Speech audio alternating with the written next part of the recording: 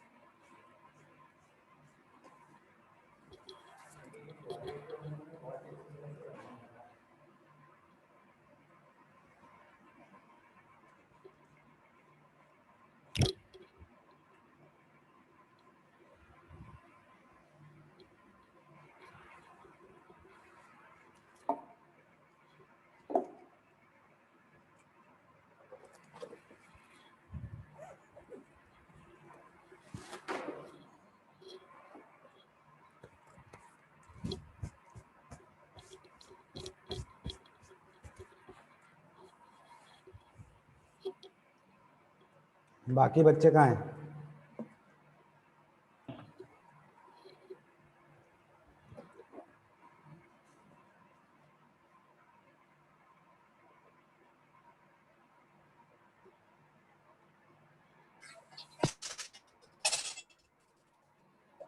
Good morning, sir. Good morning. Good morning sir. Good morning. Good morning.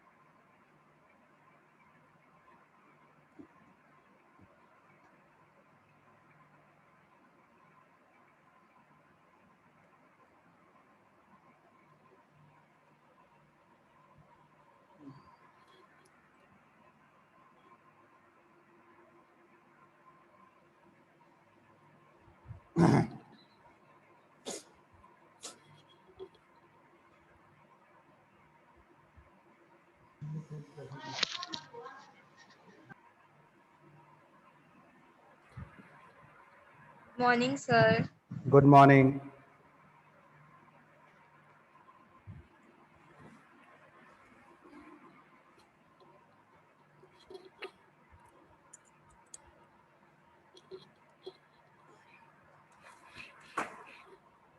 चलो start करते हैं revision. कोई doubt है तुम किसी भी चैप्टर में? सर आज आप कौन से चैप्टर का करवाएंगे? जो भी तुम्हारा जो भी डाउट है वो करवा देता हूँ और बाकी थर्ड फोर्थ का मैं हाँ क्वेश्चंस पूछ लेता हूँ। बोलो सर, मेरे को चैप्टर 4 में क्या डाउट है 4 में? 2 मिनट सर।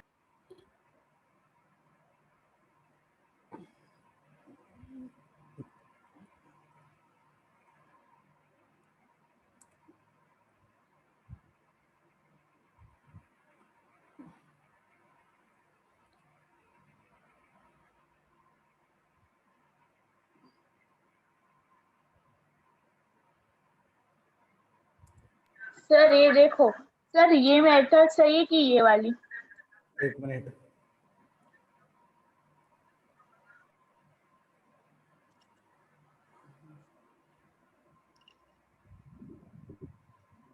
दोनों करेक्ट है। तो एग्जाम में कौन से कर सकते, कोई भी कर सकते हैं ना? हाँ, प्रथम खाना जरूरी नहीं है। दोनों दोनों दोनों में से कोई भी कर सकते हो। ओके।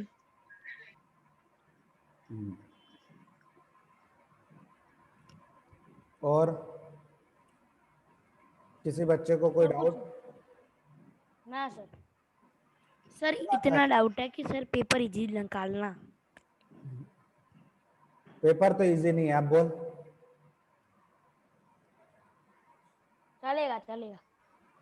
सर आपने क्या आरडी से क्वेश्चंस दे रहे हैं? नहीं नहीं दिए। Thank you. अभी क्या करा रहे हो सर? अभी कुछ क्वेश्चंस दे रहा सर हूँ। एक और हाँ बोलो।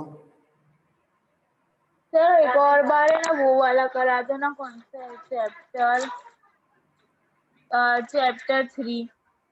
चैप्टर 3 में वो वाला है ना, कौन सा है?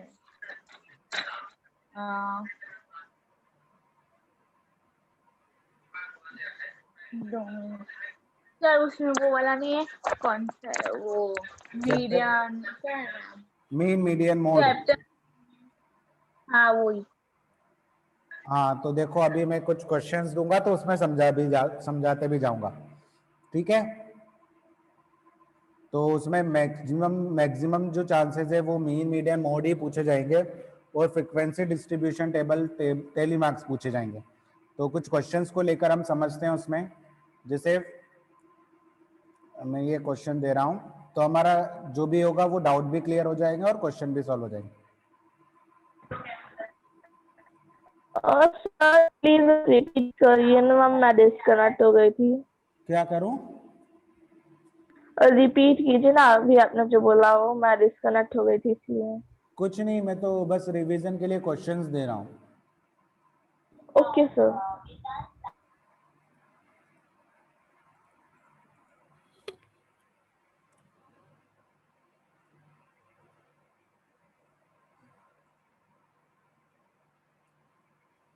तो देखो क्वेश्चन है फाइंड द रेंज, ठीक है।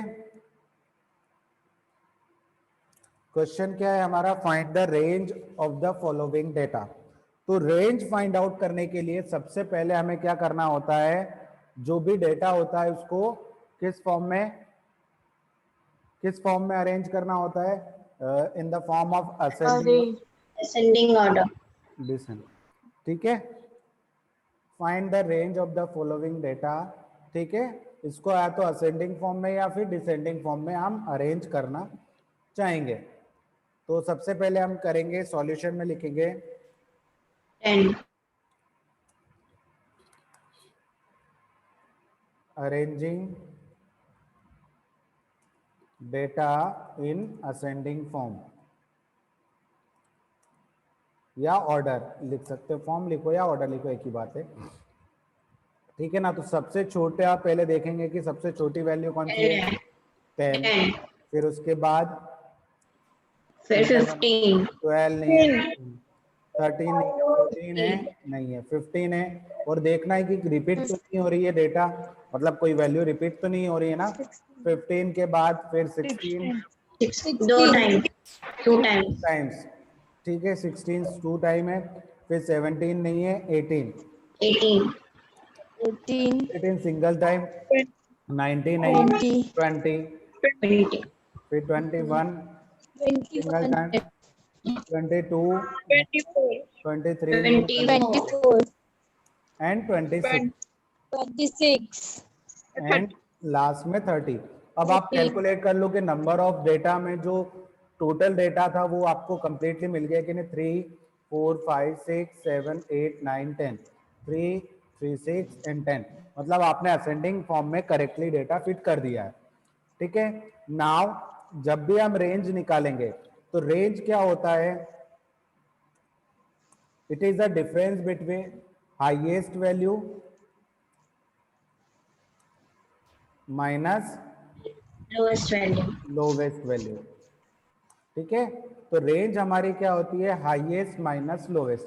जो भी डेटा में हाईएस्ट वैल्यू होती है उसमें से हम माइनस कर देंगे लोवेस्ट वैल्यू को, तो हमें तो देखो हाईएस्ट वैल्यू है 30, लोवेस्ट वैल्यू कितनी है? 10। तो रेंज कितनी हो जाएगी हमारी? 20 ठीक है, 20 हो जाएगी। अब अगर इसी डेटा के लिए हमें, चलो दूसरे क्वेश्चन को करते हैं, अलग अलग क्वेश्चंस को अलग अलग करके करेंगे। तो ये आपका एक क्वेश्चन हो गया। फिर हम देखते हैं दूसरा क्वेश्चन है, उसको देख लेते हैं।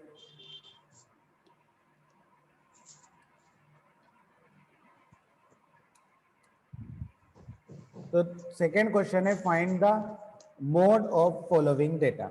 तो मोड ऑफ फॉलोइंग डेटा क्या मोड में मतलब क्या होता है कि जो भी डेटा हाउ मेनी मतलब number of maximum number of times occurring numbers is called mode of the data. जो भी डेटा के अंदर सबसे ज्यादा बार रिपीट हो रहा है, ठीक है ना, उस डेटा के नंबर्स को हम बोलेंगे मोड ऑफ द डेटा। जैसे अगर यहाँ पर हम देखें तो सबसे ज्यादा बार रिपीट क्या हो रहा है 26 26 3 टाइम्स। तो इसमें भी अगर हमें कंफ्यूजन हो तो हम क्या करते हैं, इसको असेंडिंग फॉर्म में अरेंज कर लेते हैं, ठीक है ना,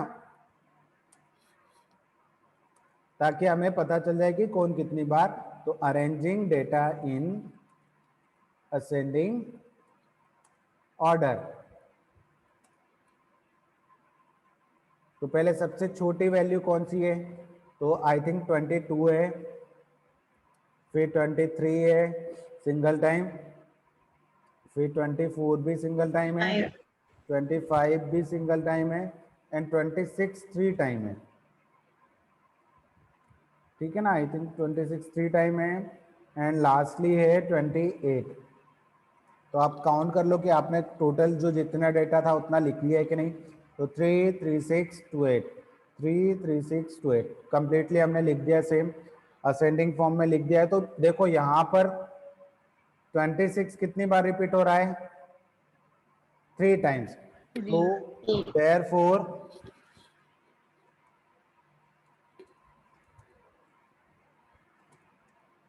डेटा इज 26, ठीक है। तो मोड ऑफ द डेटा हमें ये पता चल गया। फिर अब हम नेक्स्ट क्वेश्चन करते हैं।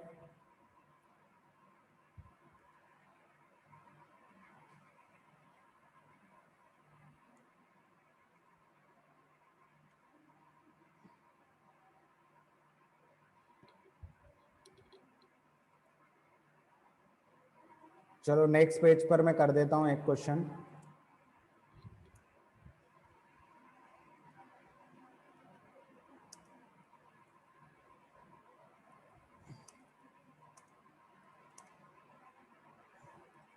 देखो यहाँ पर मीडियन पूछा था बट मैंने मीन भी एक्स्ट्रा ऐड कर दिया है।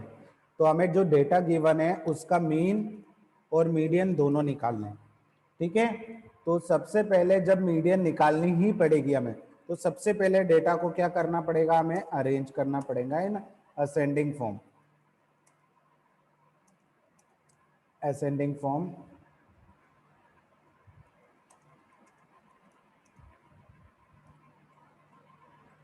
या असेंडिंग ऑर्डर भी लिख सकते हैं, ठीक है। तो यहाँ पर हम अरेंज करेंगे, वैसे मुझे लग रहा है कि नहीं 6 पहले आएगा 8 बाद में आएगा, फिर 10, फिर 12, फिर 14। तो अगर हम देखेंगे, अब देखो यहाँ पर मीडियन निकालनी है, तो मीडियन में हम कैसे निकालेंगे, मीडियन ऑफ द डेटा कैसे निकालेंगे। तो उसका एक डायरेक्टली आप फॉर्मूला, एक सिंपल सा फॉर्मूला, नंबर ऑफ ऑब्जर्वेशंस कितने हैं 5 5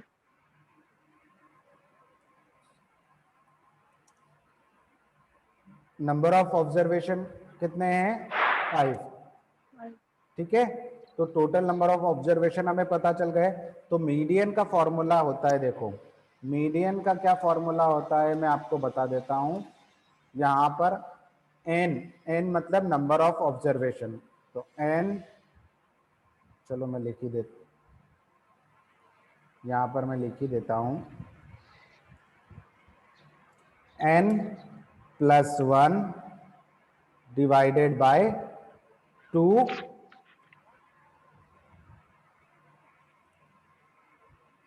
TH, उसके बाद आपको लिख देना है ऑब्जर्वेशन।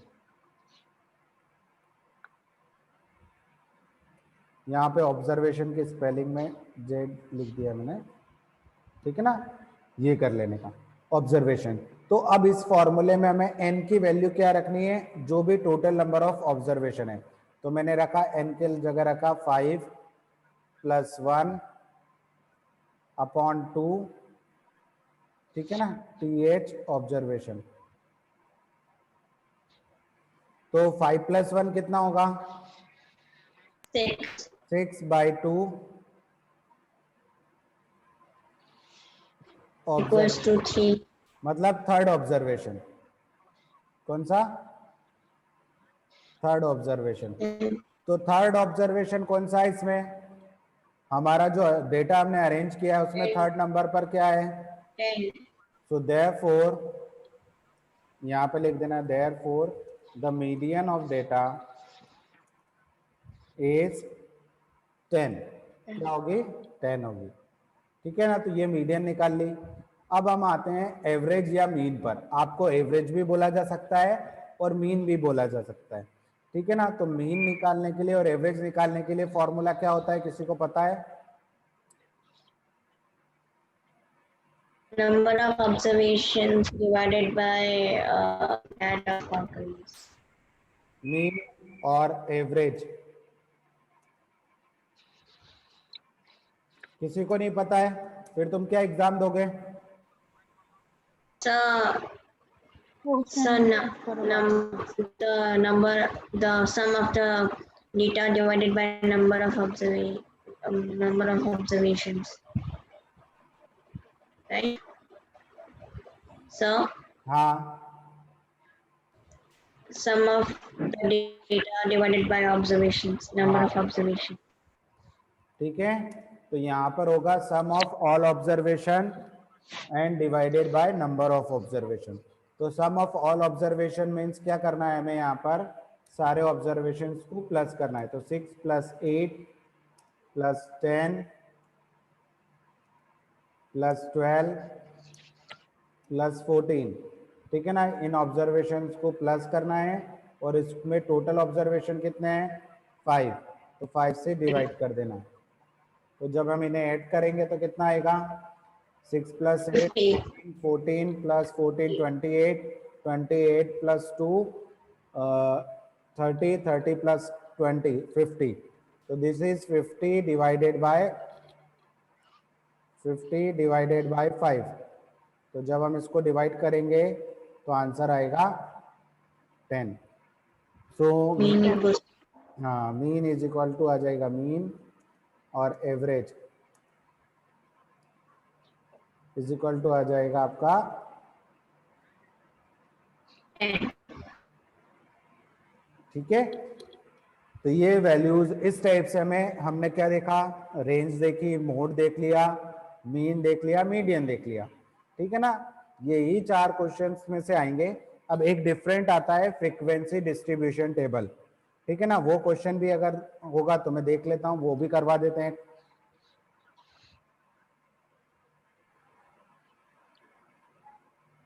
फिर बार ग्राफ आता है सभी को? बार ग्राफ वगैरह तो आते हैं ना? Yes, sir. हाँ, बना दोगे bar graph? Sure, sir. Yes, sir. Probability? Yes, sir. चलो मैं एक क्वेश्चन को सॉल्व करता हूँ। 2 minutes.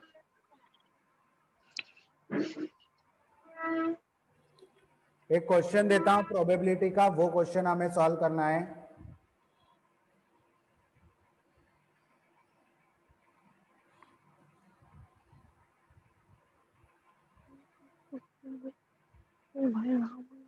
देखो, क्वेश्चन रीड करो, उसके बाद आपको आंसर कर देना है इन दोनों क्वेश्चंस के कि what is the probability of getting.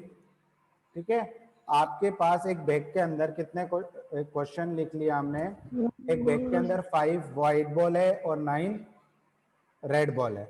1 ball is drawn at the random from the bag. हमने एक बॉल को निकाला उसके अंदर से, तो क्या प्रोबेबिलिटी होगी कि वो व्हाइट बॉल होगी और क्या प्रोबेबिलिटी होगी कि वो रेड बॉल होगी? तो देखो, सॉल्यूशन में हम क्या करेंगे? पहले देखेंगे कि कितनी रेड बॉल है। तो नंबर ऑफ व्हाइट बॉल कितनी है? 5। ठीक है ना, 5 व्हाइट बॉल है। फिर नंबर ऑफ रेड बॉल्स कितनी होगी? 9। फिर हम देखते हैं कि total number of red balls कितनी, टोटल नंबर ऑफ बॉल्स कितनी है? तो टोटल 14. Number of balls, 14. तो ये हो जाएगी 14। अब हमें निकालनी है प्रोबेबिलिटी, तो probability Number of white balls equals to 5 by 14. White ball मिले हमें, इसकी क्या प्रोबेबिलिटी आएगी? तो देखो 5 सिंपल, by मैंने 14. आपको बताया था कि नीचे हमेशा हम टोटल नंबर्स लेंगे, जितने पास हमारे पास टोटल वैल्यूज हैं। तो टोटल वैल्यूज कितनी है? 14। उसमें से वाइट कितनी है? 5। 5. तो 5 this by is the 14. Probability to getting a white ball, ठीक है ना, 5 बाय 14। वैसे ही हम निकालेंगे probability of getting a red ball. मतलब हम 14 टाइम्स अगर किसी में से बॉल निकालेंगे तो 14 में से 5 टाइम्स हमें वाइट बॉल मिलेगी, एंड 14 में से हमें 9 टाइम्स क्या मिलेगी? रेड बॉल मिलेगी। अगर हम किसी भी इन दोनों बॉक्स, ये जहाँ पर बैग रखा हुआ है, उस बैग में से अगर हम 14 बॉल निकालते हैं तो उसमें से 5 टाइम हमें वाइट बॉल मिल सकती है और 9 टाइम्स हमें रेड बॉल मिल सकती है। समझ में आया? Yes, sir. Yes, sir. इसी का एक और क्वेश्चन कर लेते हैं, एक डाइस वाला क्वेश्चन कर लेते हैं।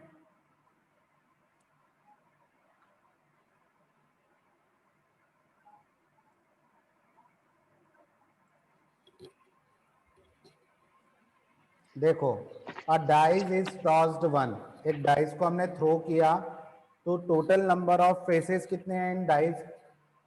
कितने फेसेस होंगे? 6. 6. टोटल नंबर ऑफ फेसेस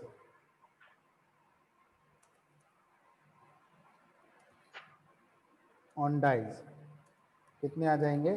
6 आ जाएंगे, ठीक है ना। एंड पॉसिबल आउटकम्स क्या क्या होंगे? Possible outcomes What numbers? On dice, तो वो क्या होंगे? या तो 1 हो सकता है, Number. 1 हो सकता है, या फिर 2 हो सकता है, 3, 4, 5 एंड 6। ये पॉसिबल आउटकम्स हो सकते हैं हमारे डाइस पर, मतलब 1 से लेकर 6 तक के नंबर मिल सकते हैं। अब देखो, हमें प्रोबेबिलिटी निकालनी है number 5। Probability to getting a number 5, हमें 5 मिले, इसकी प्रोबेबिलिटी क्या होगी? तो 1 by 6. हाँ, 1 by 6. 1 by 6. 1/6। देखो, टोटल कितने फेसेस हैं? 6, मतलब 6 नंबर हमें मिल सकते हैं, उसमें से 5 कितनी टाइम्स है? 1 बार, ठीक है ना। 6 में से 5 कितने बार है? एक ही बार है, 1 टाइम्स है, तो ये हो जाएगी 1/6। अ नंबर ग्रेटर देन 5, तो सबसे पहले लिखेंगे हम नंबर ग्रेटर देन 5। 5 से ग्रेटर देन कौन सा नंबर है? सिर्फ 1 by 6 ही होगा. 6 है। 1 by कौन सा 6. नंबर है? 6 है। तो 1. हमें तो प्रोबेबिलिटी निकालनी है 6 यहाँ. Of a number greater than 5। अब आपको यहाँ पर 6/6 नहीं कर देना है, 6 कितनी बार है ये बताना है। 1 by 6. तो इसकी भी प्रोबेबिलिटी आएगी 1/6। हमारे पास टोटल नंबर है 6 और 5 से बड़ा एक ही नंबर है, ठीक है ना। ये पूछ रहा है कि 5 से बड़ा नंबर हमें मिलेगा तो उसकी प्रोबेबिलिटी क्या होगी? तो 1/6, 6 ही होगा ओनली। फिर अ नंबर लेस देन 5, तो यहाँ पर हम देखेंगे, ये फर्स्ट वाला क्वेश्चन हमने सॉल्व किया, दिस इज योर फर्स्ट, ये सेकेंड था उसमें। अब हम देख रहे हैं थर्ड। तो नंबर लेस देन 5 कितने नंबर्स हैं? 4, तो नंबर 2, 1. लेस देन 5, तो कौन कौन से नंबर है? मैंने करली ब्रैकेट में इसलिए लिखा है क्योंकि 1 हमें पता चल जाए कि ये आउटकम्स हैं, ठीक है। तो हमारे पास कितने नंबर होंगे? 4 नंबर्स होंगे। तो प्रोबेबिलिटी 4 निकालनी by है, 6. तो प्रोबेबिलिटी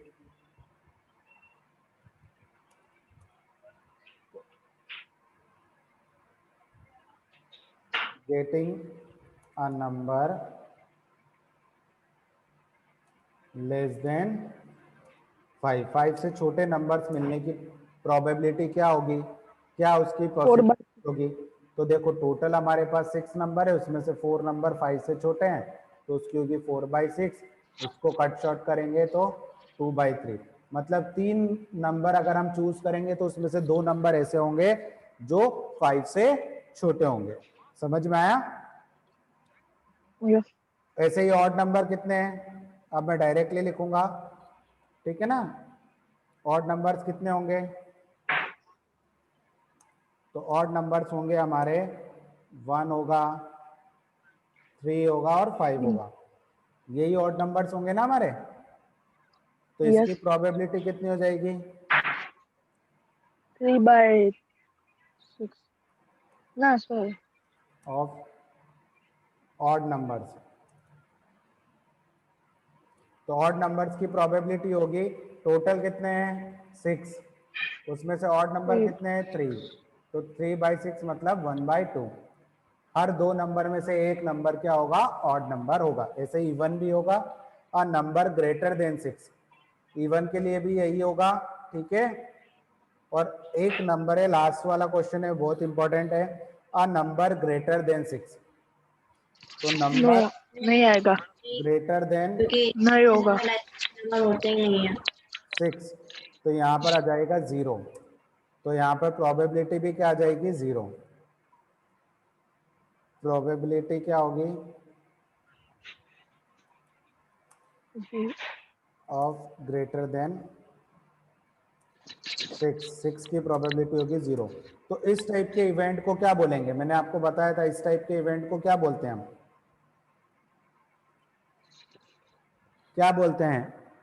3 टाइप के इवेंट पढ़े थे, certain, certain to happen and impossible. हाँ। तो इम्पॉसिबल इस टाइप के इवेंट को हम बोलेंगे इम्पॉसिबल इवेंट। मतलब ये इस टाइप का इवेंट पॉसिबल ही नहीं है। हम सोच रहे हैं कि ऐसा मिले, बट कोई ऐसा पॉसिबिलिटीज हमारे पास नहीं है, ठीक है। तो इस टाइप का इवेंट पॉसिबल नहीं है। तो ये क्वेश्चंस आपसे पूछे जा सकते हैं, ठीक है। Sir 2 minute. हाँ 2 मिनट रुका हूँ।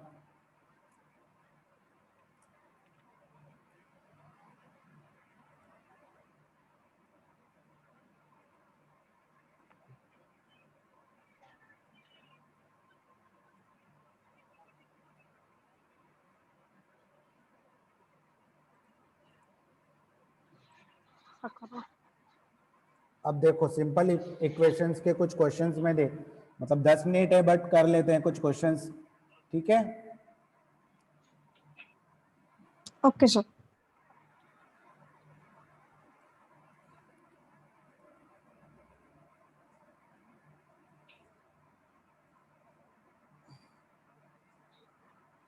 तो देखो स्टेटमेंट के फॉर्म में लिखना है आपको, जल्दी जल्दी करना थोड़ा सा बस। सर ये 5 वाले का क्या है? 5 वाले का आएगा मतलब 2/6, जो ऑड के लिए वही इवन के लिए, ठीक है ना। जो ऑड नंबर्स के लिए रहेगा वही इवन वाले के लिए 1/2, 3/6। चला हाँ तो क्वेश्चन चला गया। ठीक है, अब हम देखते हैं नेक्स्ट 4th चैप्टर के लिए। Write the following statement in the form of equation, equation के फॉर्म में लिखना है। The sum of 4 times of a number, ठीक है ना। तो 4 टाइम्स अ नंबर मतलब कोई भी एक नंबर है जिसको हमने x ले लिया, उसका 4 टाइम्स, ठीक है ना।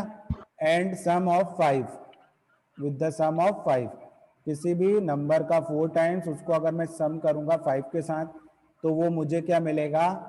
5 टाइम्स ऑफ 8, मतलब जो नंबर था उसका 5 टाइम्स हो जाएगा। समझ में आया? The sum of 4 times a number, एक नंबर है x, उसका मैंने 4 टाइम्स किया और उसको 5 के साथ सम किया, तो जो नंबर है, ये जो आंसर मिला, ये उसी नंबर का कितना गुना हो जाएगा? 5 टाइम्स हो जाएगा। आया समझ में? Yes sir. यस ठीक है। अब आपको देखो यहाँ पर नेक्स्ट क्वेश्चन पूछा है, 1/4 of a number is 2 more than 5। 5 से कितना ज्यादा है? 2 मोर देन है। अगर उसका किसी भी नंबर का, जैसे एक नंबर है y, उसका मैं 1/4 करता हूँ, 1/4 मतलब 1/4, तो वो 5 से कितना ज्यादा होगा? 2 मोर देन होगा। मतलब 5 से 2 मोर करेंगे तो ये 1/4 ऑफ y के इक्वल हो जाएगा। आया समझ में कि नहीं आया?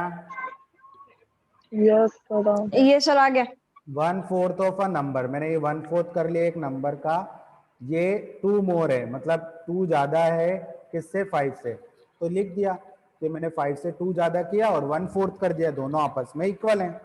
यही तो दिया हुआ है हमको, ठीक है? Yes sir. यस चलो सर। अब हम देखते हैं नेक्स्ट। So 1 minute.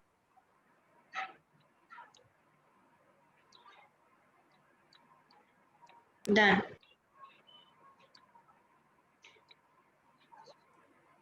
चलो अब कुछ क्वेश्चंस देता हूं मैं आपको, वो आपको सॉल्व करने हैं, ठीक है? करोगे? ओके। चलो यस सर। दो इक्वेशंस दे रहा हूं मैं आपको सॉल्व करने के लिए, आप वो सॉल्व करके बताइएगा। 5z + 1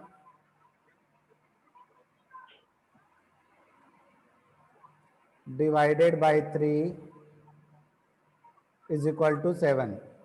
एक इक्वेशन ये है, जल्दी जल्दी सॉल्व कीजिएगा क्योंकि टाइम नहीं है। सेकेंड है 5x/3 + 3 = x + 7। करिए जल्दी, 5 मिनट है हमारे पास। सर कितने मिनट क्लास चलेगी? वही 40 मिनट्स होने वाले, 5 मिनट बाकी है, जल्दी करो।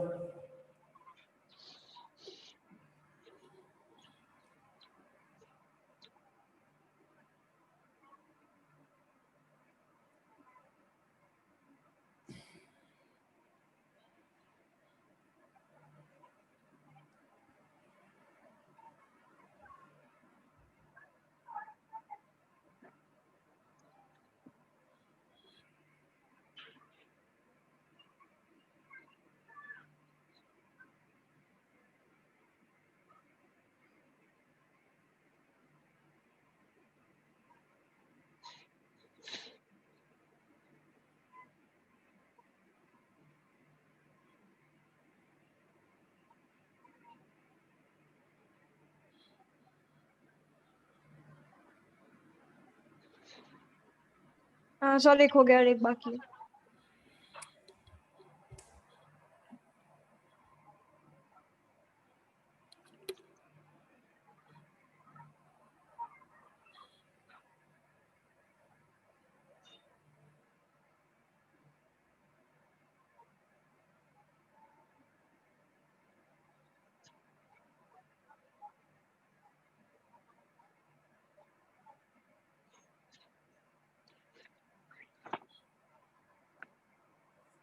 हो गया दोनों?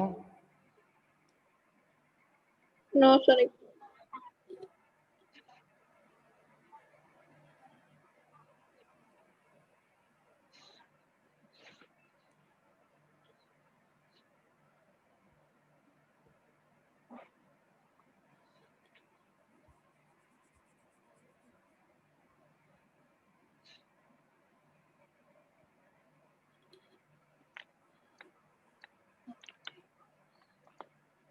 करो स्टार्ट में। सर फर्स्ट का 20 आ रहा है मेरा। देखो क्या करना है, ये 3 अभी डिवाइड में, ये 3 जब हम ट्रांसपोर्ट करेंगे, ट्रांसफॉर्म करेंगे, तो ये क्या हो गए? ये 3 डिवाइड से उधर कहाँ चला जाएगा? मल्टीप्लाई में। कहाँ चला जाएगा? मल्टीप्लाई में। तो 7 × 3 हो जाएगा, ठीक है? तो 5z + 1 = हो जाएगा 21। अब ये 1 जब उधर जाएगा तो क्या होगा? माइनस का हो जाएगा, Minus.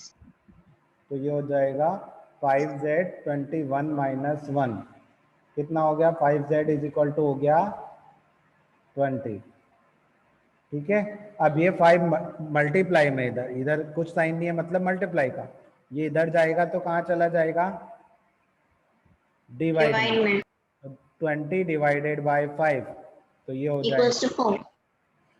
हाँ, तो z इज इक्वल टू हो जाएगा 4। ठीक है। अब सेम क्वेश्चन ये, बट यहाँ पर याद रखना है कि पहले हम डिवाइड वाले को नहीं भेजेंगे, क्योंकि ये एक नंबर है, पहले हम दूर वाले नंबर को उधर भेजेंगे। तो 5x/3 को तो एज इट इज रखेंगे हम, ठीक है। ये 3 इधर जाएगा तो x + 7 तो पहले से था, ये 3 उधर से आया तो भाई प्लस का साइन था तो ये हो जाएगा माइनस का।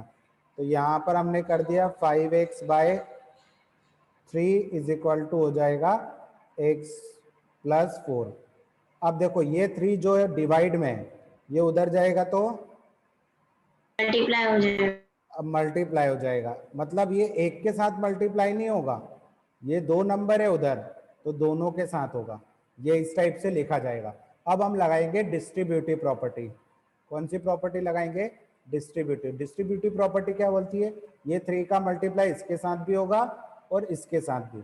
तो यहाँ पर 3 का x के साथ करेंगे तो 3x, और 3 का 4 के साथ करेंगे तो कितना हो जाएगा, 12 हो जाएगा। बस इसमें मेन इंपॉर्टेंट यही था, बाकी सब इजी था। अब ये 3x इधर आएगा पॉजिटिव है, इधर आएगा तो नेगेटिव हो जाएगा। 5 में से 3 को माइनस करेंगे, 5 एप्पल है और उसमें से 3 एप्पल हमने हटा दी, तो बचेगा 2x। ठीक है ना, तो x इज इक्वल टू हो जाएगा 12/2। कितना हो जाएगा, 12/2, तो x की वैल्यू आ जाएगी 6। इस टाइप से क्वेश्चन को हमें सॉल्व करना था। सबसे पहले हम दूर वाले नंबर को पहले भेजेंगे, यहाँ पर प्लस माइनस जो भी होता उसको, फिर हम डिवाइड वाले, क्योंकि ये दोनों मिलके एक ही नंबर बना रहे हैं। हम पहले इससे दूर वाले नंबर को, जो दूसरा नंबर है, उसको पहले बाहर वहां पे भेजेंगे। आया समझ में? ये यस सर। स्क्रीनशॉट ले लो, ये बंद हो जाएगा कभी भी।